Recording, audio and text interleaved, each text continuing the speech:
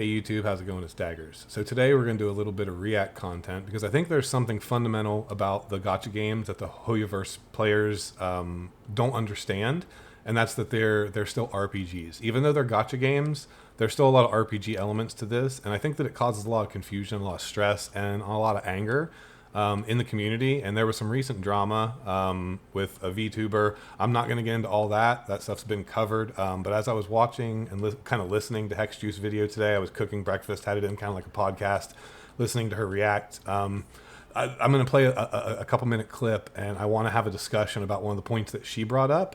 And then we're going to kind of go into a little bit of a lesson, and I think talk about what maybe some Hoyoverse players are missing in this conversation. Personally, we just have to remember that they're not real. They don't need to be bisexual or straight or gay or any of that shit because they're not real. The whole point of gacha ultimately is self-inserting. It's a make your own adventure about how you want to think about the characters and the perspective you want to take on them, because realistically, especially in Hoyoverse games, a lot of the characters are a little bit surface level. Most of the characters are not super in depth. They don't have like really strong personalities or really strong backstories for the most part, not always. And so the point of them is sort of to give them like a basic foundation in which you create your own relationship with them. So like Kafka, they waifu bait you in the beginning because she's kind of like your mom, and then she's got big old boobies and she's really hot and she's got the mommy voice. She doesn't have like a ton of like extra personality traits beyond that, because the point is that you're supposed to self-insert and decide how you perceive the character in whatever way that makes you want to buy them. It doesn't matter. They're not real.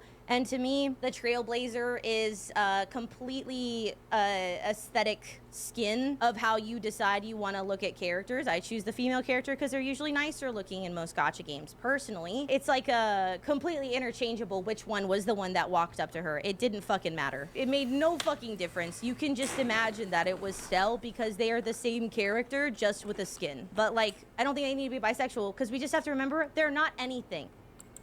So the main thing that I want to take away from that is the discussion around self-inserting yourself into the game, because that is one of the main points of RPGs.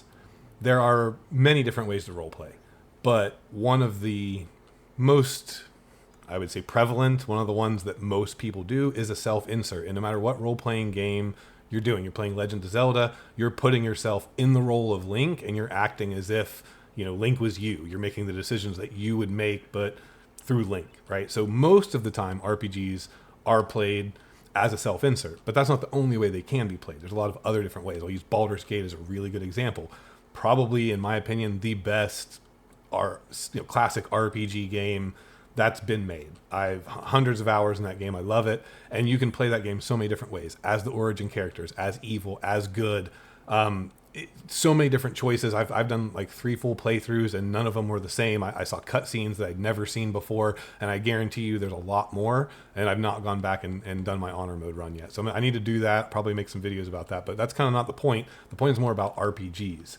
So we're going to go through a quick definition of what an RPG is. So the acronym RPG, when used online, more often than not is used to represent the phrase role-playing game. These are games that require users to have control of imaginary characters and determine the choices that they make as they travel through fantasy worlds, generally combating imaginary enemies and one another. So again, the main points here is that you, as the role player, have control of the imaginary characters and determine the choices and the outcome as you travel through these games, right? So these characters can be whatever you want them to be, right? This main character in Honkai Star Rail, he can be me, or he can be a version that I want to be, right? He can be a heroic version of me. So a lot of times when I go through and I play an RPG, the first time I play as the hero, right? Because I want to go through and have a good playthrough, and then I come back through and I play as someone, I wouldn't say evil, but maybe much more realistic, much more selfish, someone who looks out for their own. And to me, that's usually the more interesting gameplay. Again, if developers have put good choice into the game and you're not, railroaded down a path, which in gacha games, you're completely railroaded down a certain path, right? Like there is a story.